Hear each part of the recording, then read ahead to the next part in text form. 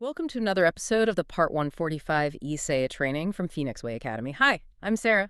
Hi, and I'm Sam. Well, in this deep dive, we will cover the topic of 145.A.70 Maintenance Organization Exposition, or MOE. It's great to be here. You know, when people talk about the MOE, there's this tendency to imagine some huge, dusty binder sitting on a shelf. I've seen those dusty binders. Right, but looking at the regulations, specifically 145.A.70, it feels less like a rule book and more like, I don't know, the entire operating system for the company. That is a much, much better way to put it. Because if that MOE is dusty, the organization is probably non-compliant. The regulation is very clear. The organization shall establish and maintain an MOE. It is basically the contract between you and the competent authority. And it's not just a Part 145 thing, is it? I'm seeing references here to Part M and Part ML, too. Exactly. If you look at GM1 to 145.A.70, the purpose is really threefold. First, it specifies your scope of work, which you're actually allowed to do. Second, it shows how you plan to comply with Part 145. And third, and this is the really practical part, it gives your personnel the actual procedures they need to do their job safely. So if it's an operating system, does it have to be a physical book? I see AMC1 145.A.70 mentions electronic data processing. Yeah, and that's the modern reality. Paper is rare. You can absolutely use an electronic system, but the catch is accessibility.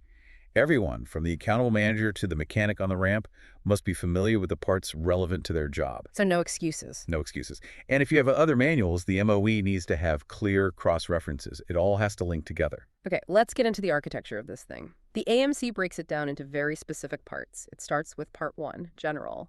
This feels like the governance section. It is. This is where you define the entire business structure. And it kicks off with a real heavy hitter. Clause 1.1, the accountable manager statement. Yes, the formal letter at the front. But the guidance material seems obsessed with the signature on it. Why is that so important? Because that signature is where the liability and the money meet.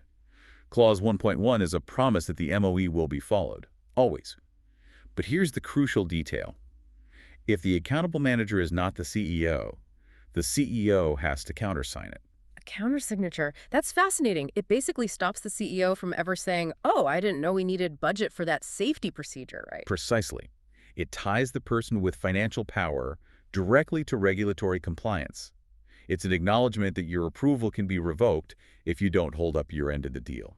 Right after that, we've got Clause 1.2, the safety policy. Yep, which links directly to the safety objectives in 145.A.200. It sets the tone for the entire organization's culture. Then it moves into the who's who. Clause 1.3 lists the management personnel. And Clause 1.4 defines their duties. These are tied to 145.A.30. You list the names, the titles, and you define exactly who is responsible for what, including who talks to the authority. No ambiguity. Which is then visualized in Clause 1.5, the organization chart. Exactly. Shows all the reporting lines. But for the day-to-day work, maybe the most critical part is Clause 1.6. Staff list. The list of certifying staff, support staff, and airworthiness review staff. This list defines who has the authority to sign off on maintenance. If your name's not on it, you can't sign that certificate of release to service. Now, here's one I think trips people up. Clause 1.7, manpower resources. It sounds like bureaucracy, but it's really just a math problem, isn't it? It is a math problem. Under 145.A.30D, you have to prove you have enough staff for the work you claim you can do. It's a description of how you plan your resources. You can't promise heavy checks with only enough staff for line maintenance. So after we cover facilities in 1.8, we get to 1.9, the scope of work. Think of that as your restaurant menu. It's linked to 145.A.20. If it's not on the menu in 1.9, you can't sell it. Simple as that. But menus change, businesses evolve. And that's what 1.10 and 1.11 are for. 1.11 is the basic procedure for amending the MOE. But 1.10 is interesting. It's for changes that do not require prior approval from the authority. So minor tweaks. Small changes, yes, but you still need a solid procedure to manage and notify the authority about them. Then Part 1 wraps up with 1.12, the procedure for alternative means of compliance, or ALTMO-B. Okay, I have a question. The main regulation lists things like subcontractors and line stations under items 13 through 17, but they aren't here in Part 1. Good catch. It's a common point of confusion. The regulation requires you to have that information, but the AMC structure actually moves the lists themselves to Part 4 and Part 5, basically as appendices. To keep things clean. Exactly. So Part 1 is the setup. Now let's get into the engine room, Part 2. Maintenance procedures. This is the huge list, 2.1 to 2.33. Instead of just reading them off, let's follow a component. Say a new hydraulic pump arrives at the hangar. What happens first? Okay, great idea. It all starts with the supply chain. Clause 2.1, subcontractor control. Then 2.2, component acceptance and inspection. Paperwork, condition, everything. And once it passes inspection? Clause 2.3, storage, tagging, and release. It has to be stored properly to prevent damage. Right. So now a mechanic needs to install it. They'll need tools. Which brings us to 2.4, acceptance of tools, and the absolutely critical 2.5, calibration. You cannot use an uncalibrated torque wrench. Of course not. And 2.6 is about the staff actually using them correctly. Correct. And they have to work in a controlled environment, which is Clause 2.7, proper lighting, clean, you know the drill. So now the mechanic has the part, the tools, the right environment. They're actually doing the work. This is the core. Clause 2.8 is about using the correct maintenance data. 2.9 is for repairs. 2.10 for scheduled maintenance, 2.11 for airworthiness directives, The mandatory stuff. the mandatory safety checks, and 2.12 for modifications. And we all know if it isn't written down, it never happened. 100%. Clause 2.13 covers the sign-off. 2.14 is about managing the technical records, and then the big one. Clause 2.16, the procedure for the certificate of release to service. But what if something goes wrong? They find a crack, the part is defective. Then you follow the SAD path, as some call it. Clause 2.15 is for defect rectification. 2.18 is occurrence reporting, telling the safety team. And 2.19 is for sending that defective part back to the stores. There's a whole block here from about 2.21 to 2.28 that feel like they're about keeping the whole system stable. That's a great way to put it. You have computer records, man-hour planning, and then 2.23, which is huge, critical maintenance tasks and air capturing methods. And what about something like an engine run-up? That's a specific high-risk procedure covered in 2.24, Yeah. just like towing or taxiing. Shift handovers are another huge risk area. A massive risk. So 2.26 details that handover process to make sure nothing gets lost. That makes perfect sense. So after all that, we get to the specialized procedures at the end of Part 2. Right. Airworthiness reviews in 2.29, parts fabrication in 2.30, and so on. It ends with 2.33, which is the procedure for deciding if a task is line or base maintenance. That distinction line versus base is a perfect transition because there's a whole extra section just for line maintenance, Part L2. Why does it need its own part?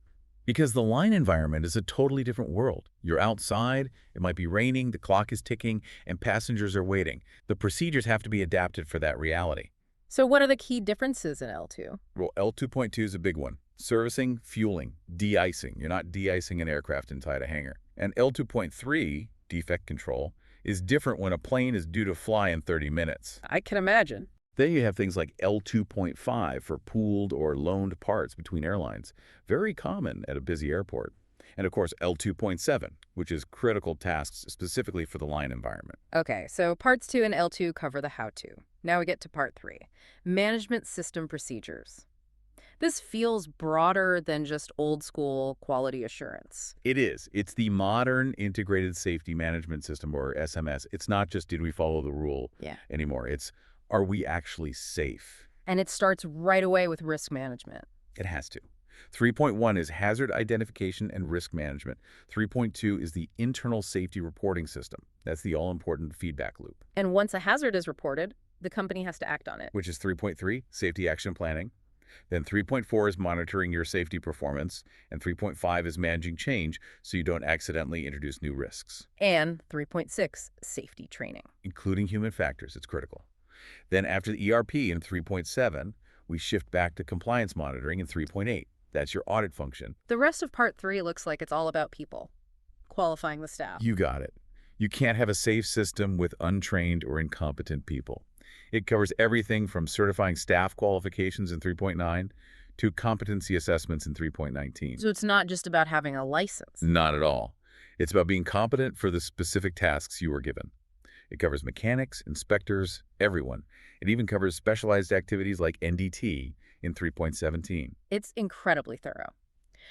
Okay, let's quickly go through the last few parts, which are mostly the list we talked about earlier. Part 4, the relationship with the customer. Yep, very straightforward. 4.1 is your list of contracted operators. 4.2 is how you interface with them. And Part 5 is where all the other lists live. Exactly. 5.1 is sample documents. 5.2 is your list of subcontractors. 5.3 is your list of approved line maintenance locations, and so on. Part 6 is reserved. Yeah. And then we have Part 7, 8, and 9. These are almost like passports, aren't they? That's a perfect analogy. Yeah. They are procedures that allow an EASA-approved organization to work on aircraft from other authorities under a bilateral agreement. So Part 7 is for The FAA in the United States, Part 8 Transport Canada, or TCCA. and Part 9. That would be for ANAC in Brazil. We've covered the whole structure, from the manager's signature to the international passports. Let's bring it back to the beginning, the approval process itself. This brings us full circle. 145.A.70D says the initial MOE must be approved by your authority.